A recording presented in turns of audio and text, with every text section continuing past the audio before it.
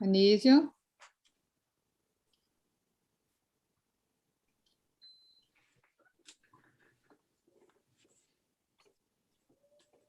Professor Anísio Brasileiro. Estamos ao vivo e podemos já começar.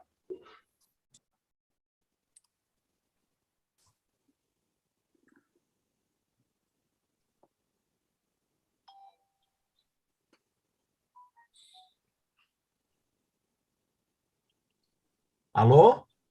Pode falar, Anísio. Você está me ouvindo? Sim, estamos no ar já. Então vamos começar. Boa noite a todas e a todos. Com muita satisfação, né? E assim, muita expectativa que nós iniciamos a nossa sessão, a nossa live, o nosso encontro com o nosso querido irmão Marcelo Barros, já agradecendo a ele, né, pela disponibilidade, gentileza, espírito, né, de colaboração, não é, com a Academia Pernambucana das Ciências, do qual eu sou o atual presidente, e uma parceria muito importante com o Centro de Estudos Avançados da UFPE, que tem aqui, né, a nossa professora Juju como a coordenadora, mais pesquisadores, né, de várias unidades do Estado, Marcelo, do Brasil. Não é? Muito bom nós estarmos aqui, já lhe agradecemos. O nosso professor Celso Pinto, ele vai colocar algumas questões de partida, não é? Mas a partir das colocações dele, você vai ter a palavra, não é? E, em seguida, nós faremos a discussão com as várias questões aqui, com o Laércio, Pedro Lapa, Marcos Lima, não é? Agradecendo já a DRI, né? O FPE, a equipe. Eu queria apenas partir a ideia, né, dessa parceria, pensando o Brasil, a questão. É possível um outro mundo, Marcelo? Não é? A pandemia ela escancarou as desigualdades no mundo todo e particularmente no Brasil. Não é? E nós, ao mesmo tempo, nós sabemos que o conhecimento acadêmico e o conhecimento social, não é, das comunidades, da população, eles são extremamente importantes. Não é? Então, é nessa expectativa que o centro das nossas atividades hoje e nesses próximos tempos, eles estão voltados, não é, para a ideia de que um outro mundo é possível. Mas, para isso, a gente precisa ter uma narrativa, não é? Uma ideia, força, poderosa, capaz de estimular, de animar, de motivar milhões e milhões de brasileiras e de brasileiros nessa expectativa. É por isso que nós, né, agradecemos e fizemos o convite para ouvi-lo, não é, sobre essas possibilidades e, ao mesmo tempo, essa imensa riqueza que é a diversidade do povo brasileiro. Essa é a nossa expectativa e já agradecendo, não é? Viu, Juju? E aí passar, talvez, a você ou a Celso... Para Pedro Lapa. Pedro Lapa, né? Para apresentar o nosso amigo, o irmão Marcelo. Obrigado. Boa noite a todos e a todas. Estão me ouvindo? Sim, Pedro. Sim, ótimo. Então, para mim é uma alegria estar com vocês. Para mim é uma alegria estar com o Marcelo. Certa vez eu fui convidado para poder apresentar Marcelo no dia que ele estava lançando um dos seus livros, né? Que era O Espírito Vem pelas Águas. E foi muito engraçado, porque esse livro foi lançado na casa onde eu nasci, né? Que hoje é o Centro Luiz Freire. E eu me lembro que eu usei uma expressão, não é? Que diz muito sobre a minha ligação, o meu carinho, não é? Por Marcelo. Quando eu me mudei dessa casa, eu tinha pouco mais de 17 anos. e eu me mudei dessa casa, né, quando numa fase em que eu conheci o Marcelo.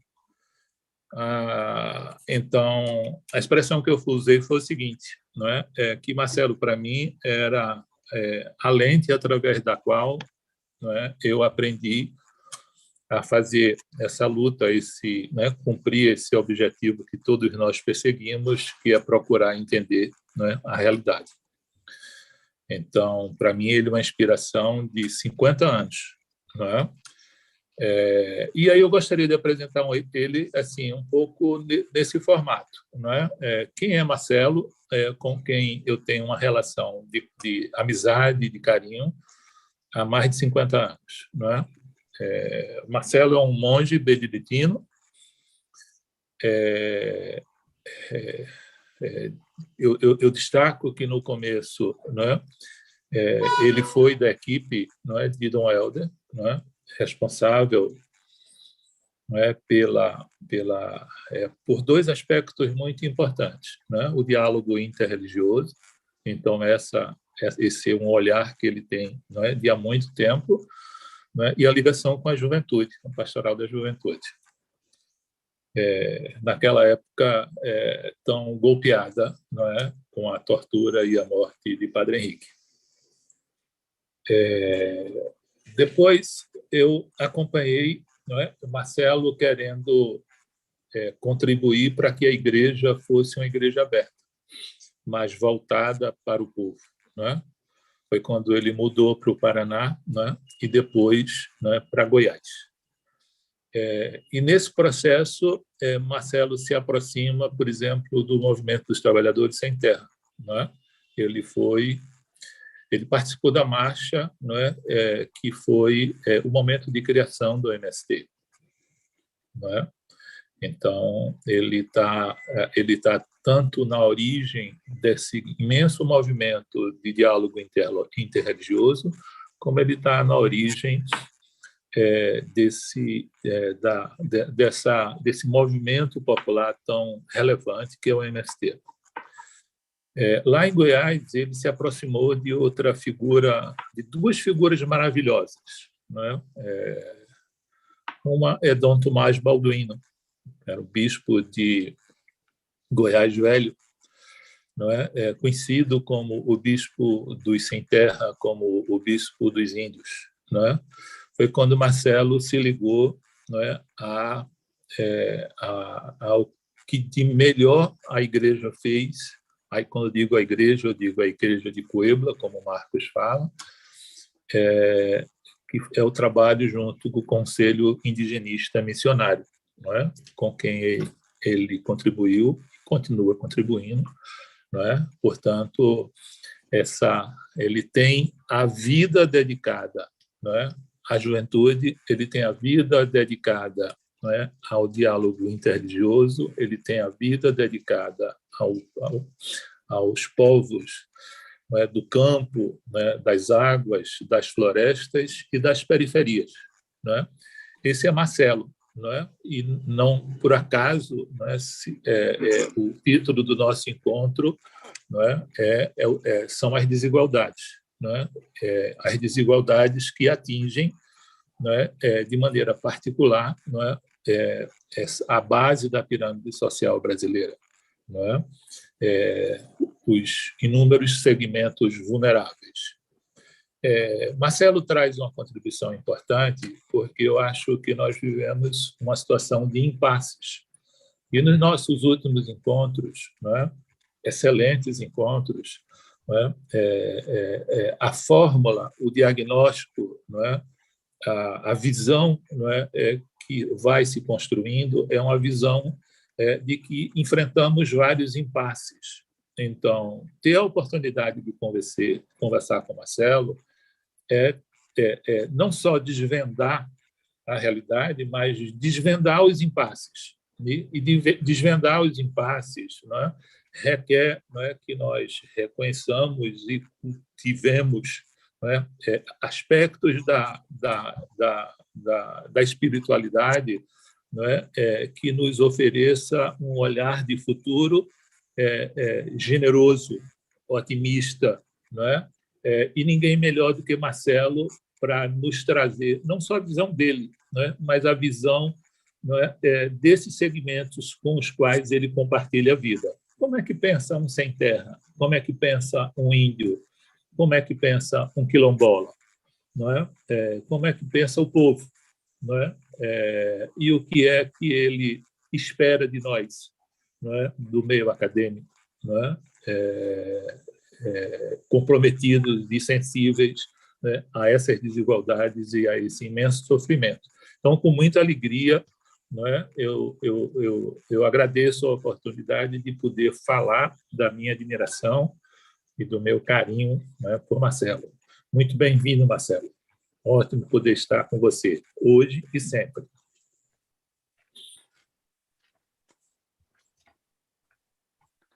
Anísio?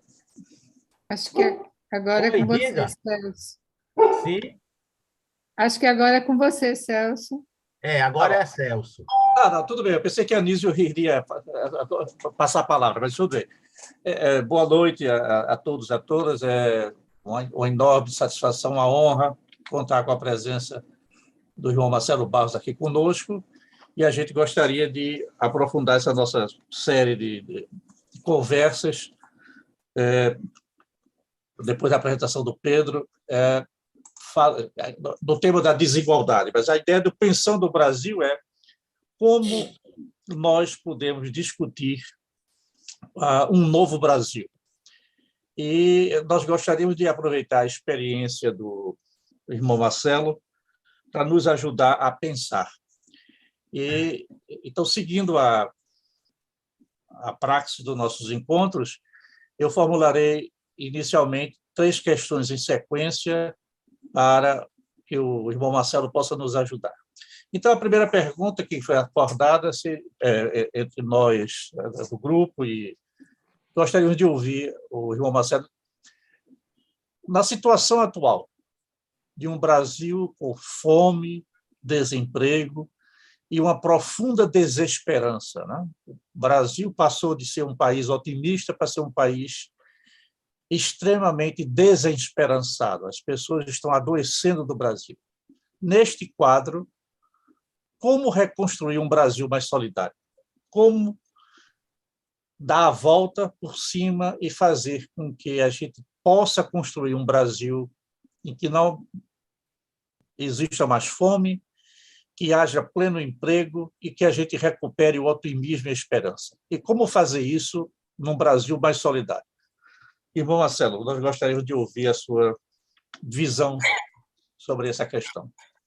Boa noite, queridos companheiros e companheiras, tantos que estão aqui na sala como os que estão nos acompanhando pelo YouTube ou pelas redes. Obrigado, Pedro, pelas suas palavras generosas. Obrigado vocês, cada um de vocês, por ter me chamado para essa conversa. Vocês me confiam uma responsabilidade imensa. E quanto mais eu pensava em como abordar isso, mais eu me senti dividido, por 2 razões. A primeira, porque é um assunto muito amplo e a análise terá que pegar sempre algum segmento, algum aspecto, e é difícil ver num conjunto. Brasil, não há um Brasil, há muitos Brasis. E o segundo motivo, talvez mais, para mim, mais pessoal, é que eu estou falando a pessoas que são todas, eu acredito, mais bem informadas e mais especialistas no assunto do que eu. Então, dificilmente eu traria aqui algum dado novo, original, que vocês dissessem, puxa, é um elemento que a gente não tinha, né? Vocês todos têm.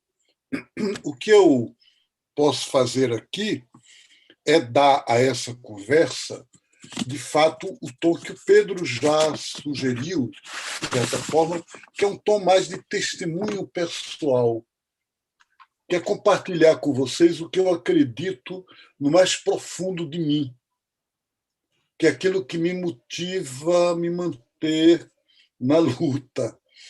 E aí eu me lembro do que dizia o saudoso amigo Rubem Alves, que acho que vocês conhecem ao menos de nome, que já está no céu. E Rubem Alves, ele gostava de dizer: o otimismo é por causa de, a esperança é apesar de. Então, e aí eu quero falar das esperanças, não do otimismo. O otimismo é, como disse o Celso, cada dia menos. Essa semana eu estive em Goiânia, onde eu vivi em Goiás, Goiânia, 30 anos, e uma minha afilhada, que é nutricionista em uma clínica e trabalha também na universidade, fazendo doutorado, e ela me disse: do meu grupo, de mais de 50 pessoas, eu descobri que eu sou a única que não está tomando remédio ansiolítico. Então, é um quadro desse tipo, desse nível, né? Mas, para mim, toda a minha vida, eu aprendi isso muito jovem, acho que com o Dom Helder Câmara, mas também com os outros, com outras pessoas, é partir de baixo. E o partir de baixo, no caso de hoje, significa partir dos povos originários, partir das comunidades afrodescendentes, partir dos sem terra, partir dos sem teto, partir dos sem nada, que é muita gente. E essas pessoas, elas têm que construir soluções também pequenas. Há um provérbio africano, tenho a impressão que nigeriano, que diz: pequenas pessoas fazendo pequenas coisas transformam a imensidão de nossa luta. E acho que essa é a primeira constatação. 500 e tantos anos de resistência. E agora, na pandemia, isso era muito significativo. Como vai você? E a pessoa respondia: estou resistindo. E o resistir já é uma vitória. O resistir já significa não aquilo que canta essa canção do Emicida, né? Que quiseram me matar ontem, mas hoje eu não morro. Vocês lembram da canção? Não me lembro agora muito bem a letra, mas é isso, né? Então, quiseram me matar ontem, mas eu não morro hoje. Hoje eu não morro. Amanhã, quem sabe, mas hoje não. Então, essa resistência, ela... Me lembro uma vez que a Pastoral da Terra me mandou conversar com um pequeno poceiro na beira do Araguaia. Quando eu cheguei lá, eu me espantei que a casa dele estava cheia de buraco de bala na parede de barro. E ele estava lá com a famíliazinha dele, os 3, 4 filhos, e ameaçado, e não saía da terra. Eu disse: meu Deus, como é que consegue?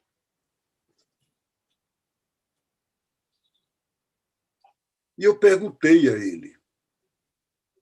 E ele me disse, primeiro: e daqui para onde?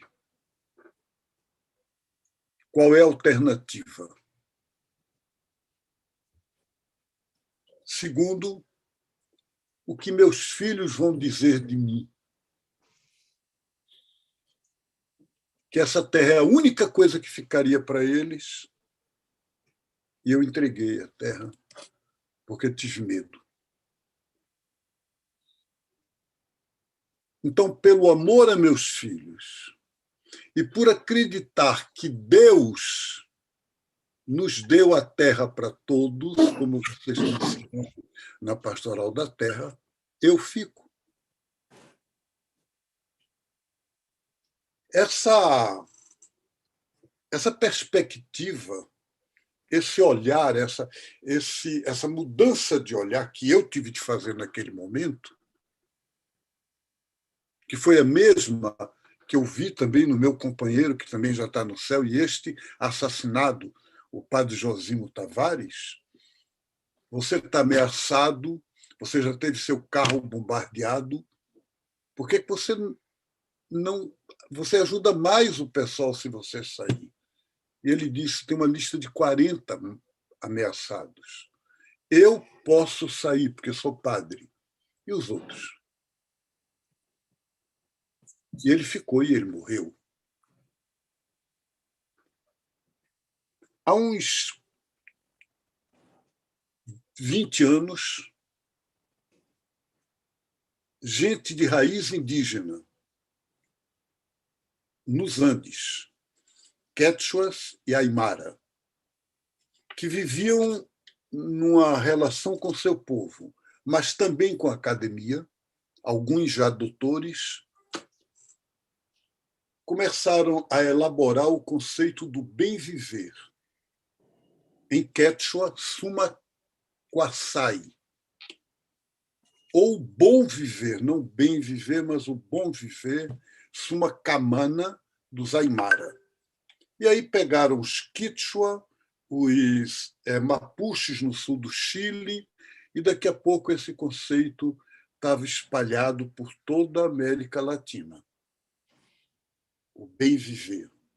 Aqui no Brasil, os guaranis disseram, nós temos Tecoporã, a vida reta. E os Mibiá, e os índios lá do sul do Mato Grosso, gritaram Yandereco. E assim foi tendo nomes diversos, de acordo com as etnias, as línguas. Aqui em Pernambuco, os chucurus estão dizendo Bremém. E a gente tem uma comunidade chamada Comunidade Bremém, por causa disso. Que é uma espécie de bom dia, dia novo, solução para frente. É a esperança que a gente estava falando. Cada uma não são sinônimos, não é igual, porque a realidade de cada povo é diversa, porque as culturas são diversas, porque cada linguagem tem sua especificidade. Mas tem alguns elementos que são próprios.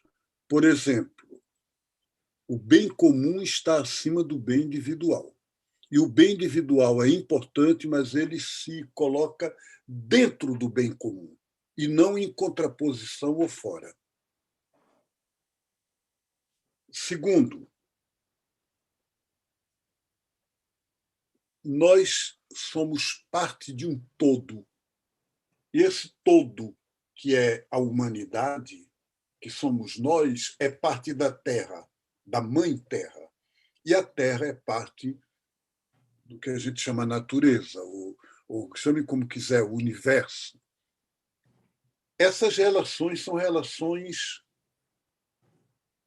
de pertença, relações de simbiose, relações de complementariedade. E esta complementariedade, ela se expressa, aí vem o terceiro ponto, na economia, a economia de reciprocidade. Não de uma reciprocidade quantitativa, matemática, numérica, mas uma reciprocidade de doação, de relação, em que um pode trocar comida por uma faca. Não é o problema de o que vale mais, o que vale menos. É o que você está precisando mais e o que eu estou podendo dar e o que eu estou precisando mais e você pode dar. Então, esse princípio ele está pegando. E as comunidades negras disseram para nós o bem viver é retomar os quilombos. O que é o quilombo? A senzala é lugar de resistência e de sobrevivência, mas nós somos escravos na senzala. Nós estamos acorrentados. E até hoje tem muitas senzalas no Brasil. O Brasil é uma grande senzala, de norte a sul. Mas o Brasil é também, ou tem vocação, de ser um grande quilombo. E desde Abdias Nascimento e todos esses intelectuais negros, mas não são intelectuais, militantes, homens e mulheres, que o grande grito é: vamos aquilombar o Brasil. Vamos fazer do Brasil um grande quilombo. E aí, pretos, brancos, índios, todo mundo junto, numa ciranda de amor, de solidariedade e de resistência. Como é que se explica que, nessa fome agravada pela pandemia, não é a fome provocada pela pandemia, a pandemia agrava, a pandemia revela, a pandemia exacerba uma situação que vem de antes e que é estrutural e que está se aprofundando agora por conta da política do governo, que é pior do que a pandemia. Entre a pandemia e o governo federal brasileiro, a pandemia é café pequeno. Nós estamos vivendo uma sindemia. E esse neologismo que foi criado, sindemia, é o encontro entre várias doenças ou várias epidemias, quando elas conjugam forças que fazem com que o que elas provocam é pior do que a soma de cada uma junto da outra. Isso é a sindemia. E nós estamos atualmente numa sindemia e não numa pandemia. Se fosse pandemia, ainda era muito bom. E essa sindemia é uma sindemia de doenças sanitárias, de saúde, mas também doenças como aquilo que o Eduardo Galeano dizia: vivemos em uma sociedade do desvínculo. E esse desvínculo, que não é apenas um egocentrismo, não é mais do que um individualismo, é pior do que o individualismo, ele é uma destruição do que é o humano, que é o social, que é o juntar.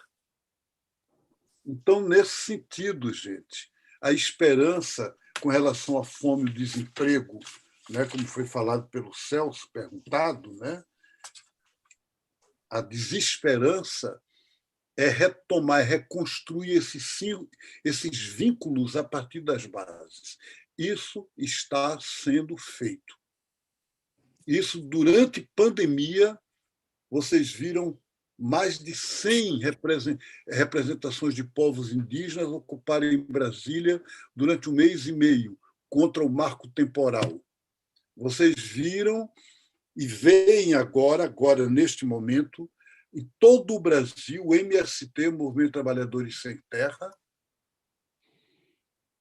todos pequenos lavradores, pequenos proprietários, gente pobre, alimentando toneladas com toneladas e toneladas de alimento às periferias de todas as capitais brasileiras.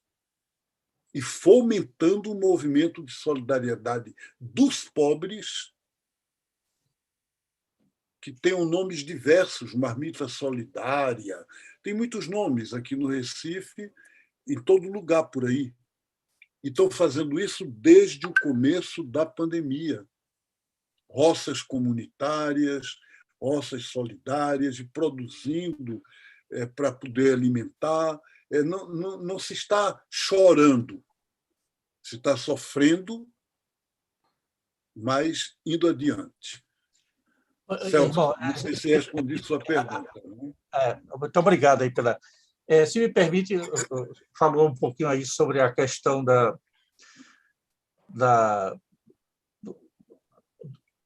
da solidariedade. E agora, nós estamos diante de um quadro que é de um retrocesso civilizatório. Tá? Nós estamos vendo o país andar para trás em termos de vários marcos civilizatórios, de direitos e assim por diante. Então, como construir uma sociedade mais inclusiva diante desse quadro que nós temos, por exemplo, algo que era desconhecido do Brasil como o fundamentalismo religioso de certos segmentos.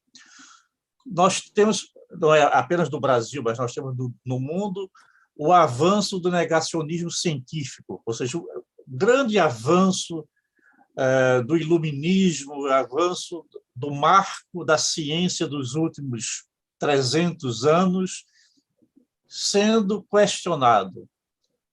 Como nós conseguiremos uma sociedade, construir uma sociedade mais inclusiva e como lidar com esses desafios desse tipo, como o fundamentalismo religioso e a questão do negacionismo científico.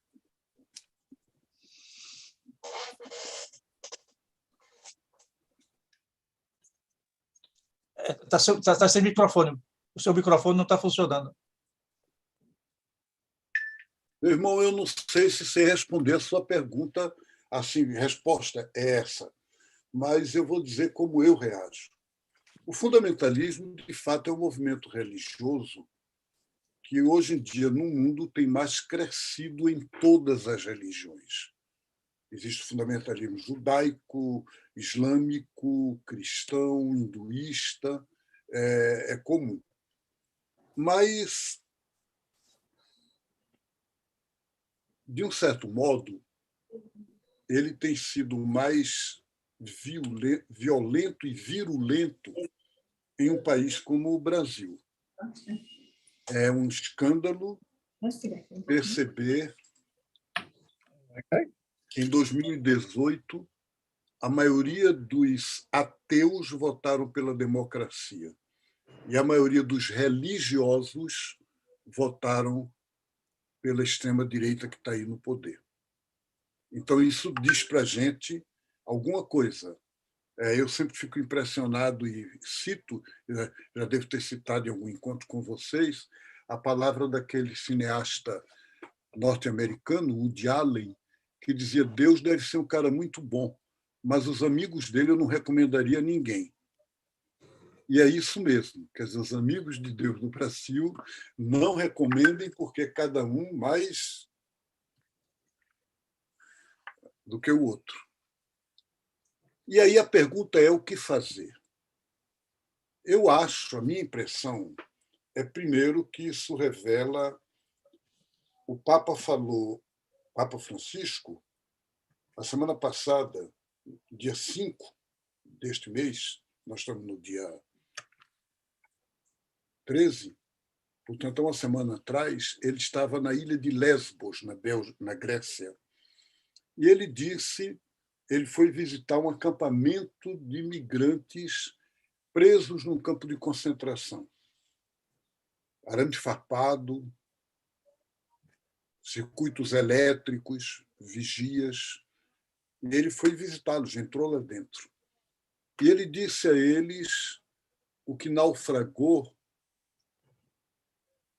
foi a civilização. Vocês revelam que essa civilização naufragou, tem que construir outra. E eu acho que o fundamentalismo revela o naufrágio da religião. Ele não é apenas o abuso da religião, ele é o uso dessa religião institucional, voltada sobre si mesmo, com seus interesses autorreferentes. A fé não foi instituída ou originada para isso. Ela foi para ser poesia, para ser abertura, para ser pedagogia de amor para as pessoas. Quando ela se transforma em uma escola de ódio, em uma escola de intolerância, em uma escola de exclusivismo, ela é o contrário da fé e da espiritualidade. Na ciência, todo mundo aqui está falando na decolonização, ou no pensamento decolonial. Quer dizer, não apenas o descolonial, que ainda seria a reação, mas o decolonial no sentido do livre de colonialismo, vacinado contra a colonização. E acho que isso tem que passar no plano religioso também. E aí, de novo, eu retomo o que eu disse na resposta à primeira pergunta, assim como a partir de baixo, do pequeno, do artesanal, vem se construindo redes dos povos indígenas, dos sem terra, dos sem teto, e assim por diante, também no religioso está ocorrendo, em todos os quadrantes. Então, você tem comunidade eclesial de base, igreja nas bases, nas igrejas evangélicas, no candomblé, no islamismo, tem um movimento de teologia da libertação, que é ecumênico, que não é católico, que não é protestante, mas não é espírita, ele é universal. Ele é um ecumenismo humano. Eu coordenei com mais 3 companheiros, uma coleção de 5 livros sobre teologia do pluralismo religioso e teologia da libertação. E o 4º livro era sobre como é que está se fazendo isso no plano mundial, cristão e não cristão. E o 5º livro era não religioso, mas espiritual. Então, e está se realizando, está se fazendo isso. E aí eu acho que não destrói por cima, não é briga de poder com poder, mas é por baixo, vai minando e vai tirando essa aparência, essa pretensão, essa pretensiosidade dos pastores, bispos, padres que ostentam a mentira, o ódio.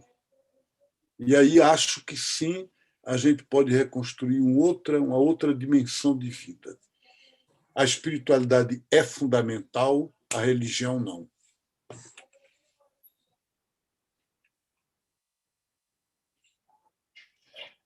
Desculpe, estava sem microfone. Muito obrigado mais uma vez pelas suas palavras. Então, a última pergunta, o questionamento central, depois a gente vai abrir a palavra para as outras pessoas do grupo e para o chat, mas o senhor até mencionou isso na sua primeira intervenção. Nós temos, em período recente, um avanço da busca por direito por segmentos. O movimento negro no Brasil está ficando desembranquecendo, que é uma grande vitória, depois de 500 anos de uma elite extremamente fechada. Nós temos o movimento negro, nós tivemos, como o senhor mencionou, os povos indígenas se manifestando na própria Suprema Corte e nas ruas de Brasília durante várias semanas, apesar de toda a repressão. Nós temos o avanço civilizatório, que são as pautas LGBT, QI+, e assim por diante. Isso mostra que o próprio MST, o MTST, isso mostra que de baixo existe uma força viva se manifestando. Mas, como o senhor mencionou na sua primeira intervenção, a soma dos interesses individuais tem que se subordinar ao interesse comum. Como construir uma sociedade inclusiva, como construir essa agenda comum a partir de pautas identitárias de diferentes segmentos. Como conciliar isto? É um desafio, Celso, e um desafio permanente. Foi de outras épocas e é de hoje. De fato, acho que a gente tem caminhado. Quando eu fui visitar o presidente Lula na prisão em Curitiba, no começo de maio de 2018, né, eu acho, eu participei da manifestação do 1º de maio, no centro de Curitiba, esperando que a juíza me permitisse entrar para ver o presidente preso no dia seguinte. E eu fiquei espantado, porque eram 23 centrais sindicais que, pela primeira vez na história do Brasil, faziam um ato comum. Pela primeira vez, em 2018, 23 centrais sindicais construíram o 1º de maio unificado, junto, e não as comemorações de uma central, da outra. Não quer dizer que as diferenças não continuem, mas existe uma palavra que eu trabalhei muito sobre isso no movimento de unidade das igrejas cristãs e também das religiões, que é a diversidade reconciliada. A diversidade pode opor, pode criar antagonismos. Há um santo bispo do século III, Cipriano de Cartago, ele dizia: a divisão acaba com a unidade. A diferença não. A diferença se reconcilia. E justamente essa diferença que se reconcilia é o que faz com que nós tenhamos hoje as frentes populares, Brasil Sem Medo, Povo Sem Medo, né? Brasil Popular, e outras que estão por aí em gestação. É o que conseguiu fazer a PIB, a Articulação Brasileira dos Povos Indígenas, que juntou a União Nacional dos Índios, juntou organizações regionais e, atualmente, sem acabar com aquelas organizações, existe uma articulação mais geral, mais ampla. Como é que elas se fazem? Por pautas comuns. O que é a pauta comum? Por exemplo, para todo mundo agora, o cuidado ecológico é uma causa comum. Então, por exemplo, a questão da água.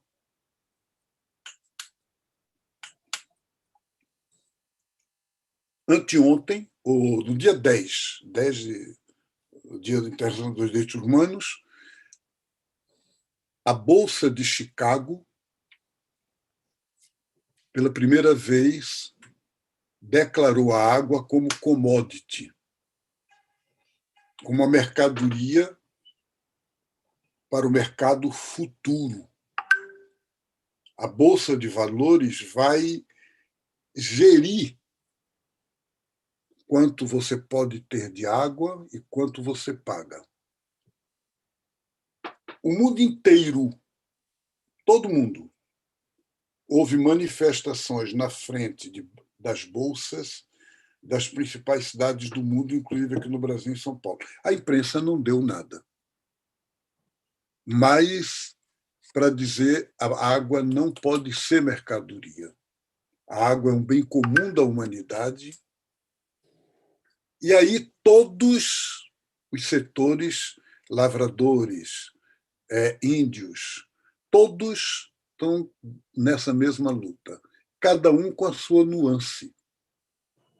Os índios vão falar do espírito das águas, os lavradores sem terra não falarão disso.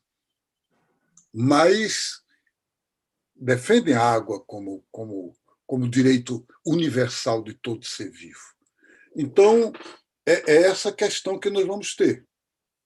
É claro que isso toca na questão política, mas a política não é apenas eleitoral. A política não vai apenas se circunscrever a um programa eleitoral, mas ela é aquilo que o Oscar Romero chamava a dignidade da política maior. E o que ele chamava a dignidade da política maior é a responsabilidade política das bases da educação de todos para construir as bases, não o consenso final, mas as bases de uma ação comum.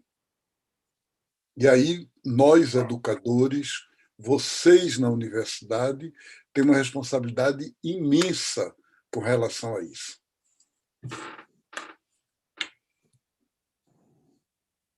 Muito obrigado, irmão. Irmão Marcelo, eu vou ter que me retirar, infelizmente, porque eu tenho uma aula agora, mas eu saio daqui iluminado pelas suas palavras e pela sua força. Muito grato. E até outra ocasião. Um abraço, Marco. Bom, você. eu passo a palavra agora para a Anísio, porque eu acho que talvez ele deve abrir a palavra para algumas pessoas do grupo fazerem perguntas e depois nós podemos passar para o chat. Anísio, por favor.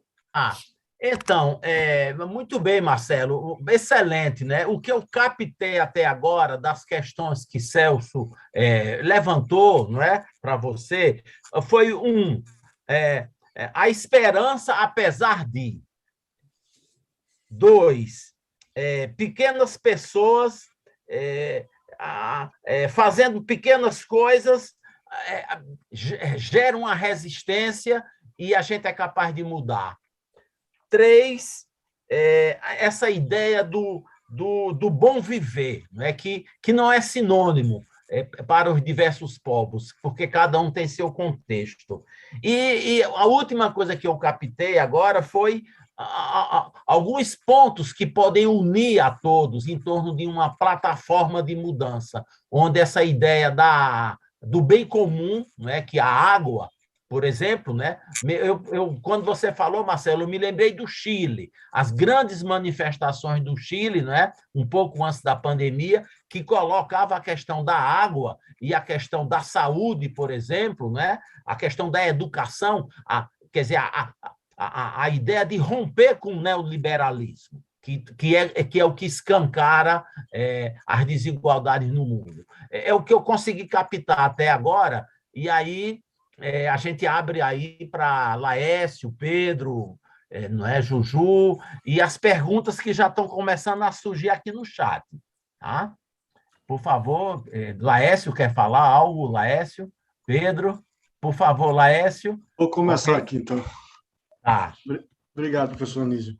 Não, primeiro, eu queria dizer assim, eu vou dizer até que um pouco de emoção mesmo, assim, de ouvir as palavras do irmão Marcelo, porque a gente está precisando, né? Essa força, esse esperançar, essa ideia de que é resistência, mas tem um porvir aí também que a gente constrói, né, cotidianamente, né? Não é, a gente às vezes espera o 100, mas a gente precisa, para chegar no 100, a gente precisa passar por 1, 2, 3 tijolos e tal. Então, acho que tem, eu pelo menos vejo assim, acho que dessa fala do irmão Marcelo me veio muito isso, assim, as vitórias cotidianas, né?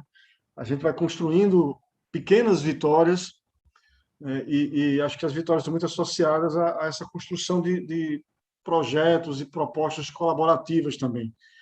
Eu queria só dizer uma coisa aqui mais pessoal. Recentemente, a gente tem uma publicação no jornalismo que chama O Jornalismo em 2022. Todo ano é feita uma projeção do que vai ser o jornalismo no ano que vem. E esse ano fui convidado entre os 10 jornalistas brasileiros para escrever um artigo sobre projetando o jornalismo. E uma das coisas que me chamou mais atenção em 2021, que eu coloquei como uma semente para 2022, tem um pouco a ver com o que o irmão Marcelo falou, inclusive na experiência indígena, da mídia indígena, o que alguns grupos chamam de etnomídia, em agosto e setembro, ali, naquelas movimentações todas dos povos indígenas em Brasília.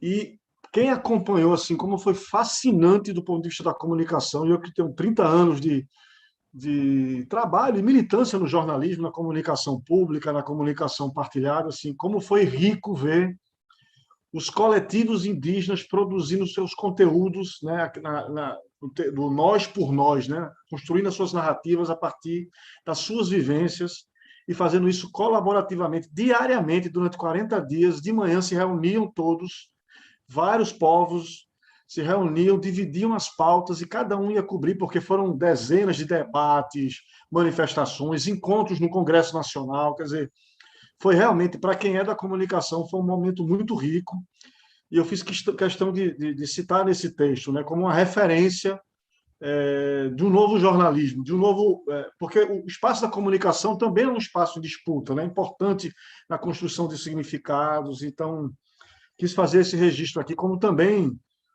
a produção de conteúdo dos grupos quilombola. A gente fez uma parceria na Marco Zero recente com as mulheres do Crioulas Vídeo, ali da Conceição de Crioulas, do quilômetro de Conceição de Crioulas, ali no entorno de Salgueiro, que produziram um documentário belíssimo, que é a PE 460, uma luta ancestral.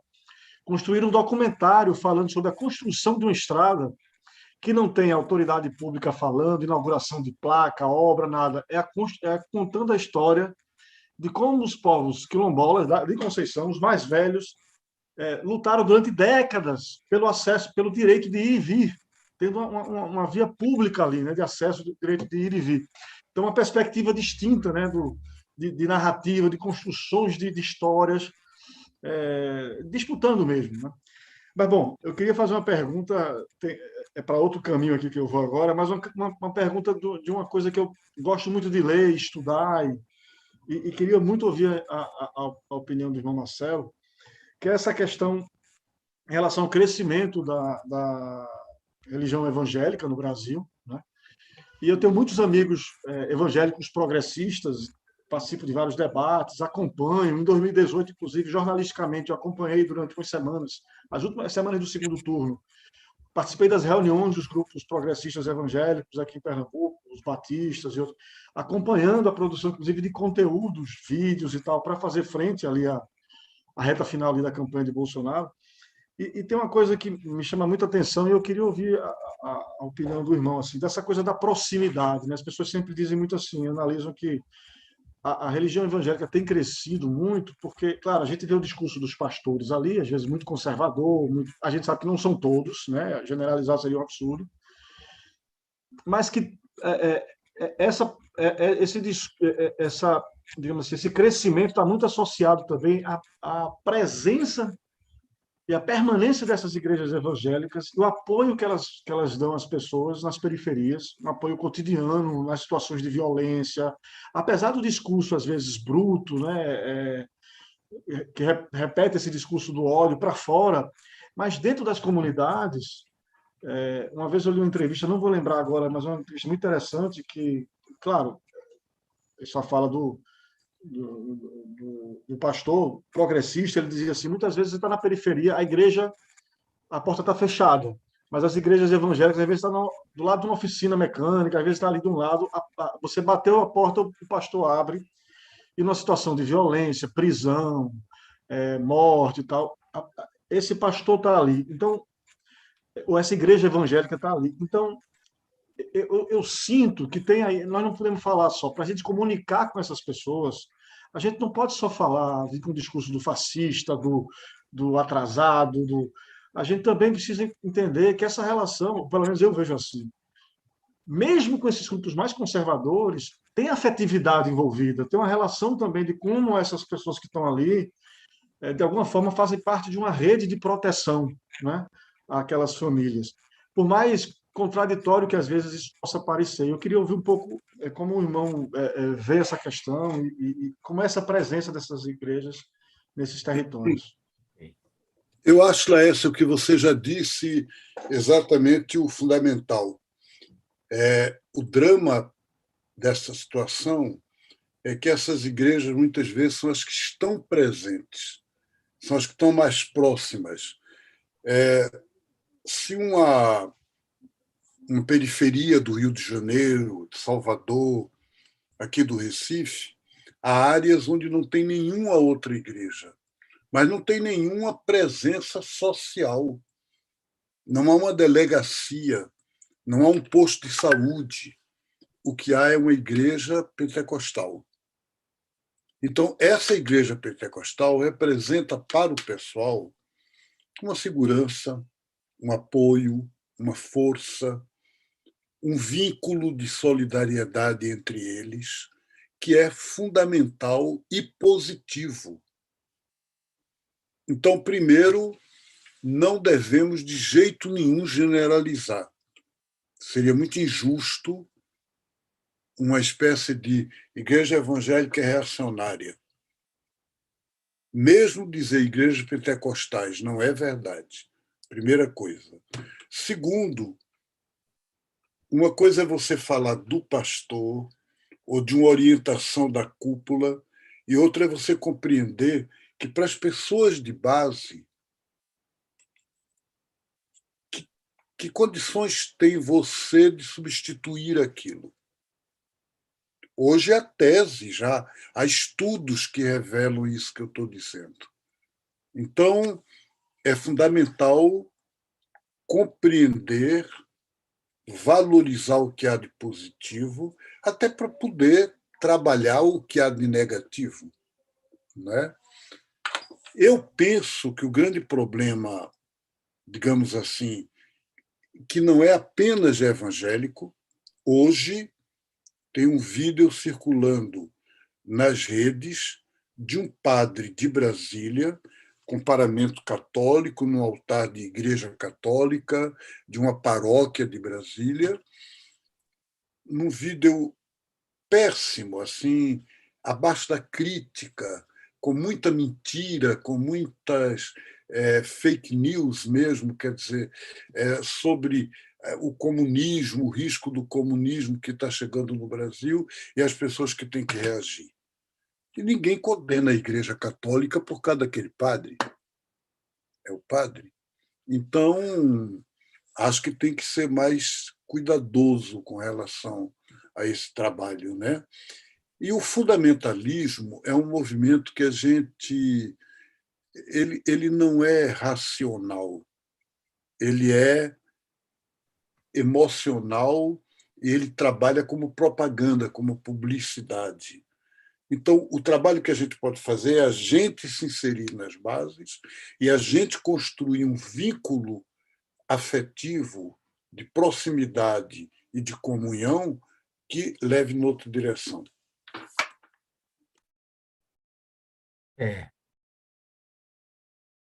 Marcelo, irmão Marcelo, do chat, duas questões aparecem aqui. Acho que você fez referência já que essa questão do fundamentalismo, né, como um elemento nocivo, né, presente na sociedade, no nosso mundo, e como combatê-lo. Essa foi uma questão que surgiu aqui no chat. E a outra, né, da Moema, ela faz referência à ciência, né? Quando você colocou a questão da diversidade reconciliada, isso significaria que a ideia de uma sabedoria milenar, né? de uma sabedoria oriunda dos povos originários, como foi mencionado aqui na sua colocação. Esses dois aspectos eles apareceram aqui no chat. Não sei se... A respeito do fundamentalismo, Edilaine,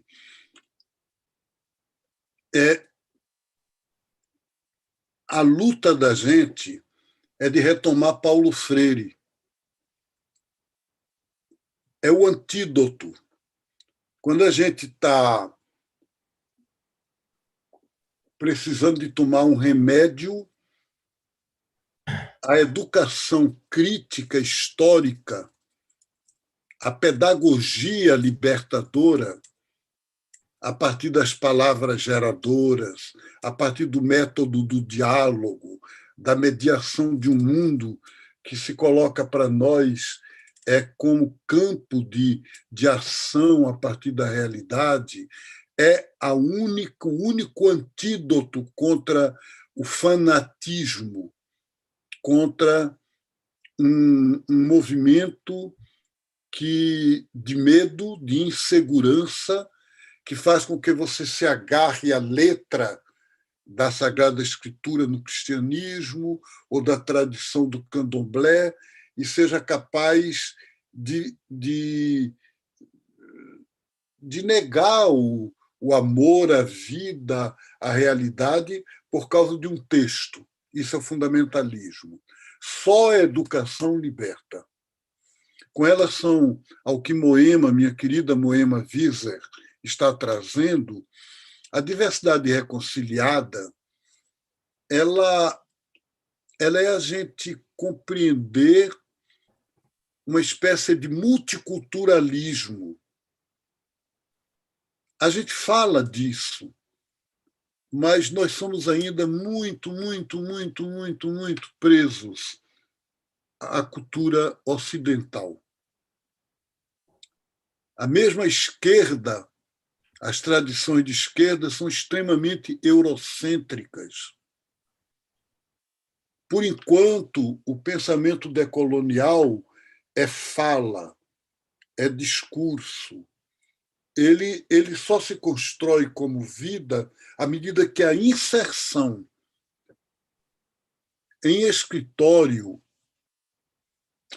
em salas de produzir texto, o pensamento decolonial ele é pobre. Então, essa diversidade reconciliada pede diálogo com as sabedorias, no plural, dos povos originários, das comunidades negras. É fundamental isso, da cultura popular do povo brasileiro, das artes, das músicas. Se abrir a isso, entrar nesse mutirão, sem isso não vai dar. Mas vamos fazendo devagarzinho. Obrigado. Muito bem. Continua, obrigado, então, Marcelo. Que alguém quer colocar mais alguma questão? Deixa eu te colocar uma questão, Marcelo, que é um pouco o Laércio, ele tocou num ponto que ele chamou de espaços de disputa. Se colocou mais no mundo da comunicação, né, que é a área dele, né, Laércio? Então, espaços de disputa, narrativas. O Brasil ele tem uma classe média que é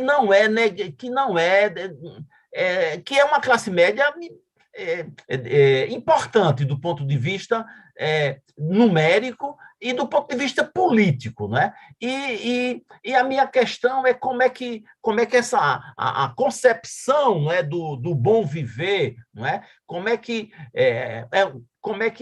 a narrativa, né, com base os povos autóctonos, não é? Os movimentos de resistência do MST, dos sem nada, né, como você bem mencionou, como é que transforma um pensamento de classe médias que tem um viés conservador, que tem um viés, não é, de reproduzir desigualdades, não é, dentro de casa. Não sei se eu me faço entender, mas se você puder captar um pouco essa dúvida, essa pergunta, eu agradeço. Eu entendo, Anísio, que essa construção ela é uma reconstrução, porque as pessoas vêm de culturas diversas, cada uma delas com sua riqueza, mas nós fomos atingidos por uma cultura de massa. Nós somos bombardeados pela cultura consumista, capitalista, depredadora de uma sociedade de massa, massificante. Isso. E aí reconstruir esses lugares, né, próprios, esses lugares que quase como são nichos, santuários de redescoberta. Os chucurus, eles não tinham mais identidade indígena, na década de 70, 80, em Pesqueira. A indústria peixe era dona da cidade. As terras tinham sido todas tomadas.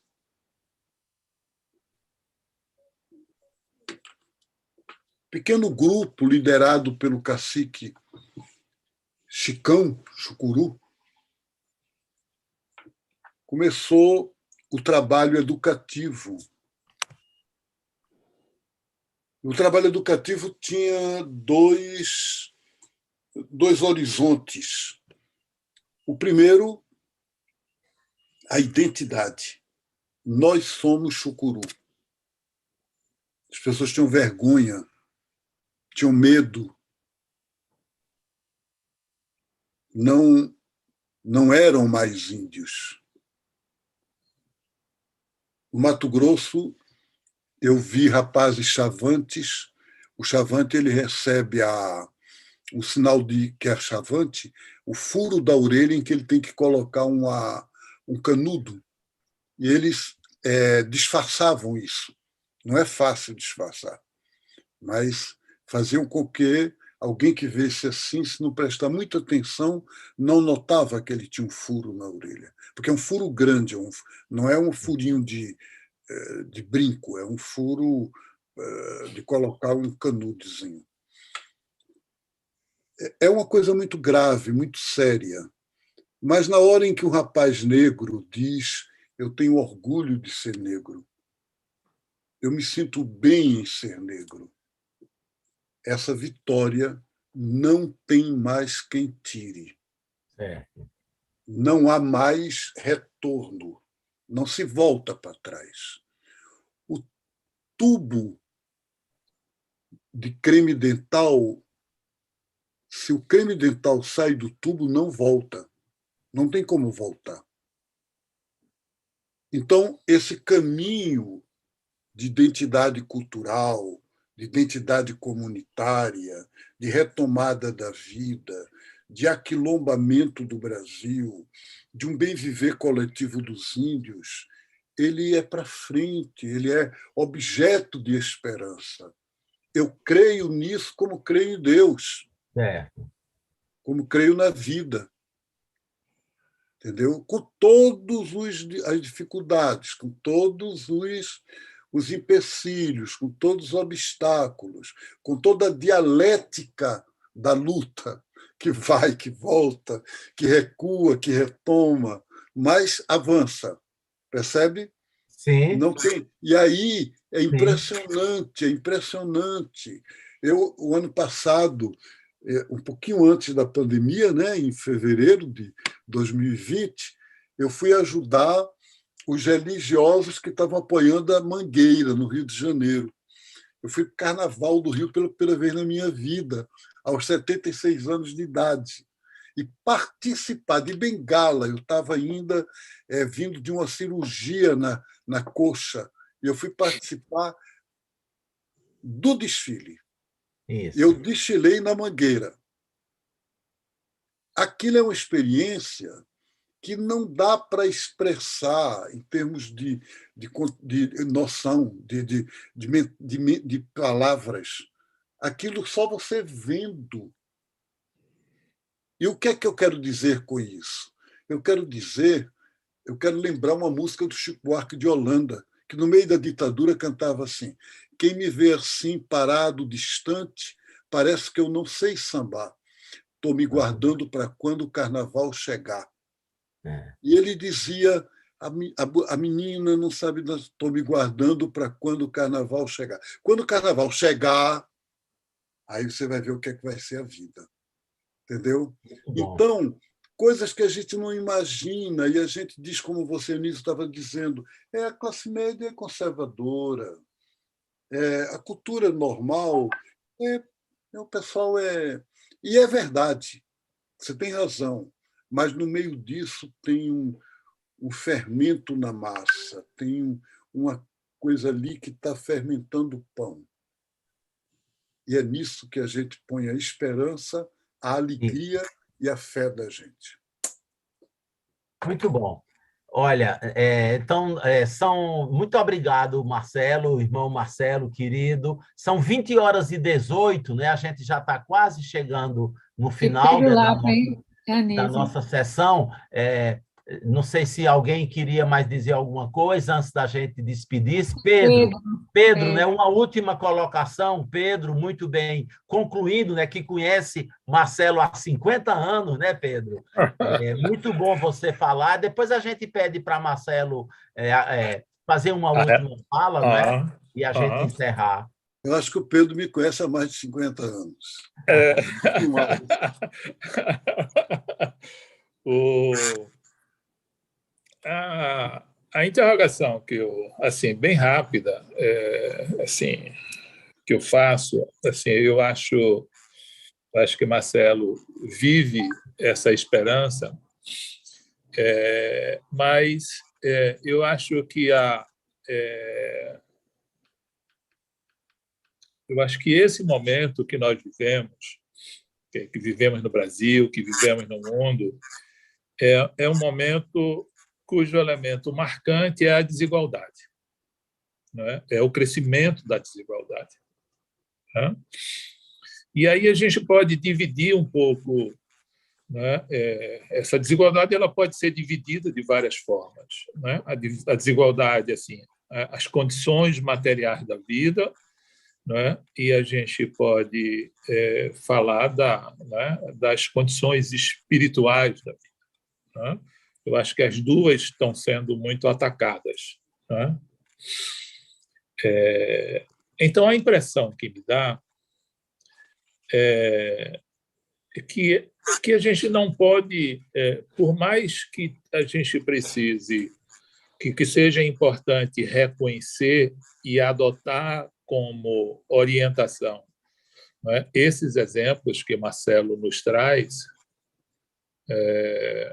a gente também não pode esquecer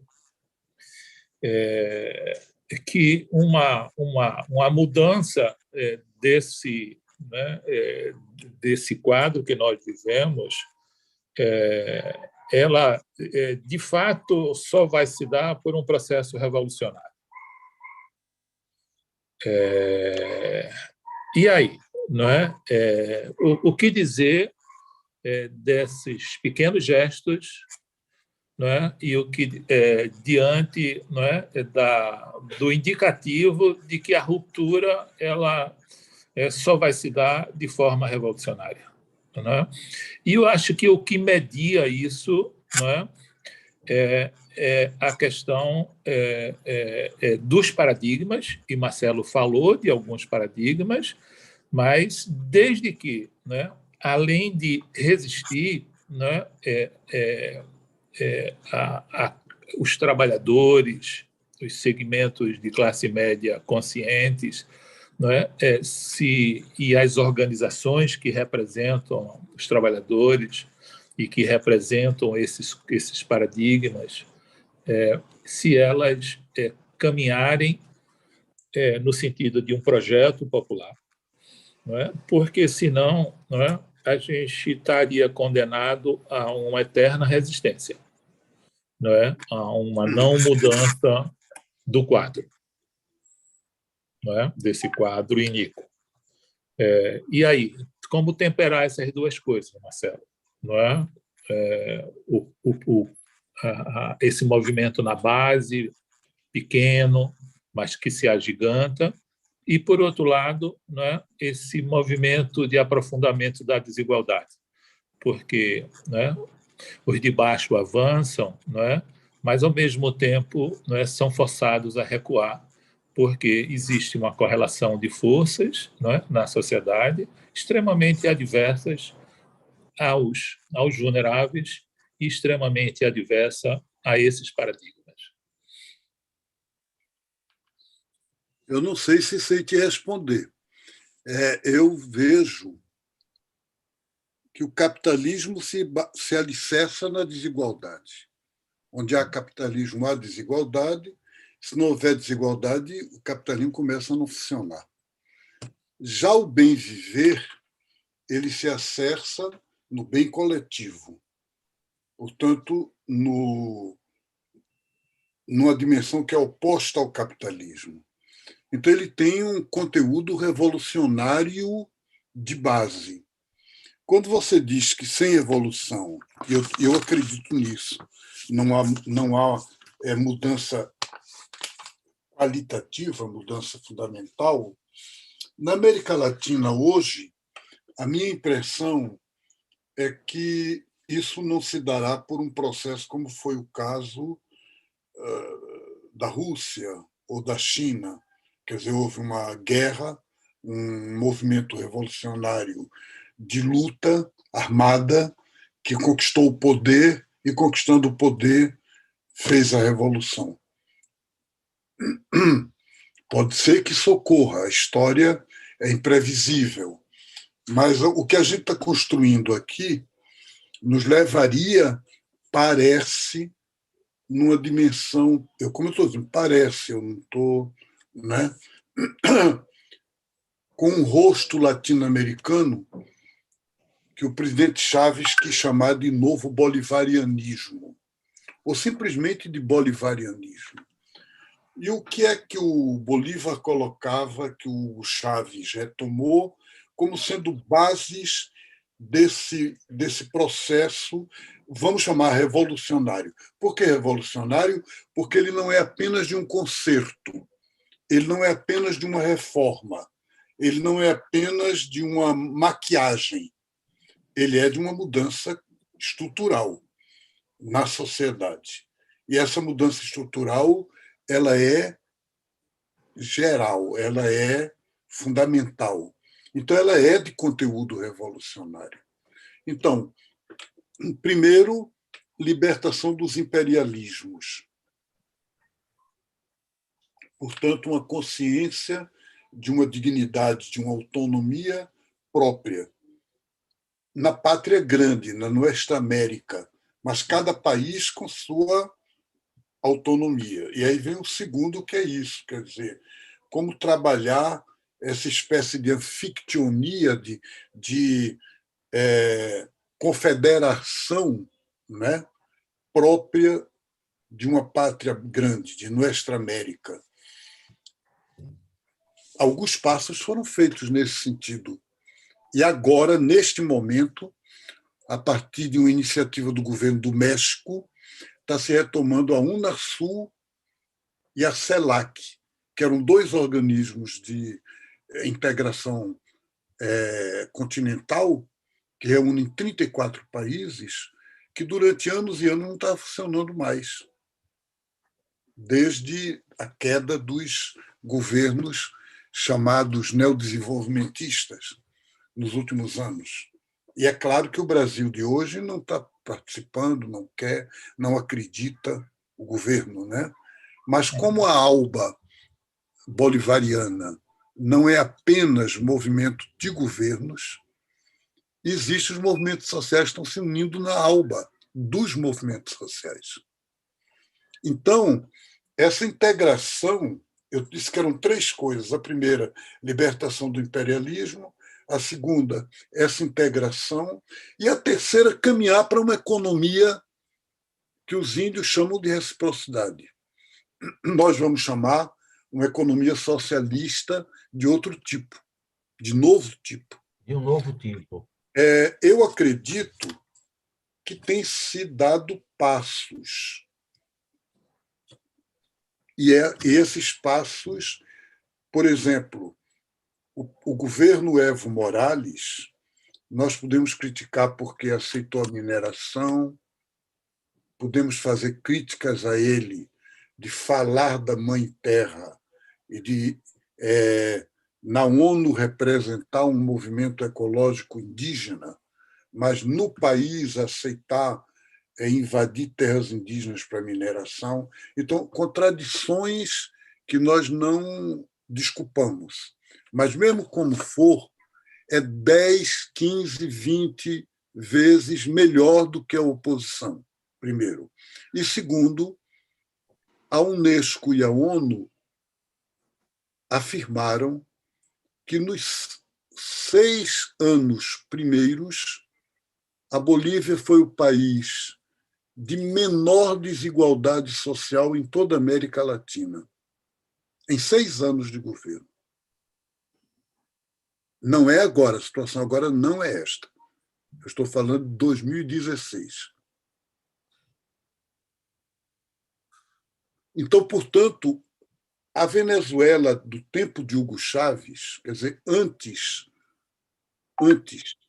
do recrudescimento dessa guerra violenta, com o bloqueio econômico total e com tudo, eu conversei com o superintendente da Venezuela, da FAO, da Organização contra a Fome. Era um brasileiro, Marcelo Rezende, que agora está em Cuba. Naquela época ele estava na Venezuela. Ele não é de governo, ele é brasileiro, ele estava lá, ele é um técnico da FAO. Ele me disse, aqui não há mais fome. A desigualdade social diminuiu de uma forma impressionante em 4 anos. Hoje não é assim a situação da Venezuela. Mas era. O que é que eu quero, para isso, responder para o Pedro? Que foi possível, sem revolução estrutural violenta, fazer uma mudança de caráter estrutural que o capitalismo e o imperialismo mundial não permitiu que chegasse ao final, mas também não está acabada, não está vencida. Teve agora, há poucos dias, a 29ª eleição, desde que Hugo Chávez tomou o poder em 1998. Nesta 29ª eleição, um governo totalmente massacrado de todos os modos, uma guerra de todos os tipos, econômica, de imprensa, de comunicação e de tudo, de 26 governadores, fizeram 23.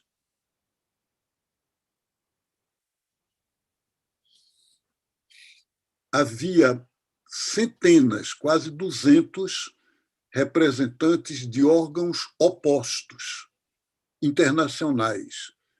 A União Europeia mandou 110 pessoas para vigiar as eleições. O Centro Carta escolheu pessoas que tinham, na América Latina, histórico de intervenção a favor do governo dos Estados Unidos e apoio a golpes. O governo venezuelano não impediu a entrada. Eles foram, durante uma semana antes das eleições e 3, 4 dias depois, vigiando tudo, participando. Nenhum deles, ninguém pôde dizer houve roubo aqui. A única irregularidade que não foi eles que apontaram, foi o próprio governo que sentiu. No estado de Barinas vão ter uma nova eleição agora no dia 4 de janeiro, 8 de janeiro. Domingo, 9 de janeiro, exatamente.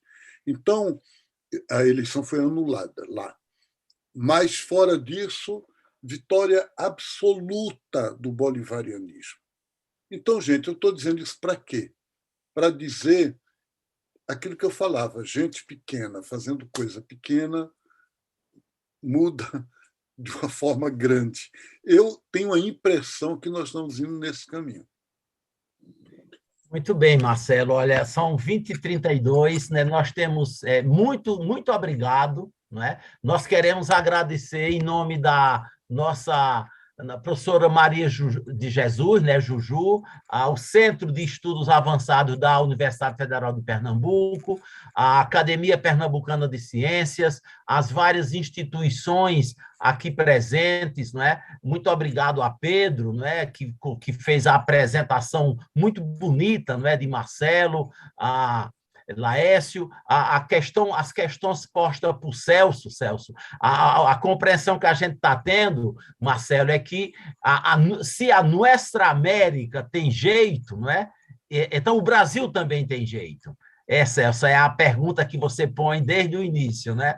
Nas nossas discussões, pensando o Brasil. E é com esse espírito, né, de resistência e de luta que a gente se despede, não é, de Marcelo, e foi muito importante, é a última atividade do ano, não é, das nossas equipes, e a gente vai aí para o Natal, não é? A gente vai aí com a energia renovada, não é? Para entrar 2022 e construir um outro Brasil. Como o Chile está fazendo, né, Marcelo? No dia 19 de dezembro, exatamente, com temos aí o segundo turno da eleição todas as chilena. contradições, todos os problemas, né? Pois é. É isso mesmo. Olha, eu agradeço demais o convite e acho que ficou claro que o nosso querido irmão, grande guerreiro Ailton Krenak, diz que ideias para adiar o fim do mundo, e ele tinha razões de colocar assim o nome, mas a gente não quer só adiar, que a gente quer impedir. A gente quer não ter o fim do mundo. Não adiar, não basta. E Exatamente. nós temos, como disse o Anísio, a festa do Natal daqui a poucos dias, e eu queria convidar para um Natal que fosse além do religioso. Um Natal que fosse além do sentimentalismo de cantar Noite Feliz, Menino Jesus, numa religião adocicada e infantilizante. Eu queria convidar as pessoas a compreender que o Natal surgiu como festa do solstício do inverno, quer dizer, a luz que vence a escuridão. E hoje tem muita escuridão no mundo, a gente falou disso aqui. Mas tem uma luz, e nós falamos também dessa luz. E cada um de nós, cada um de vocês que estão me ouvindo e me vendo, é uma luz. E essa luz, ela pode, sim, fazer um novo solstício, fazer um novo nascimento de um sol de esperança, de libertação para os nossos povos. Nós, dizia um grande poeta, nós nascemos para renascer. Nós não nascemos uma vez por todas. Cada momento a gente renasce.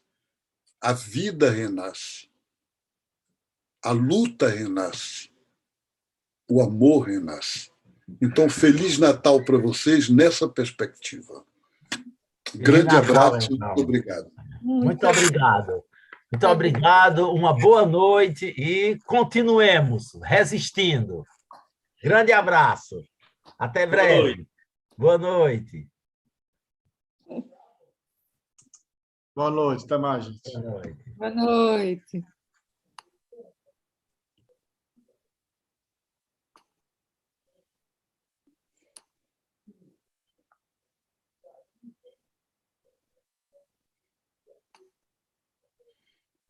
Muito obrigado, Juju. Muito obrigada a você, irmão Marcelo.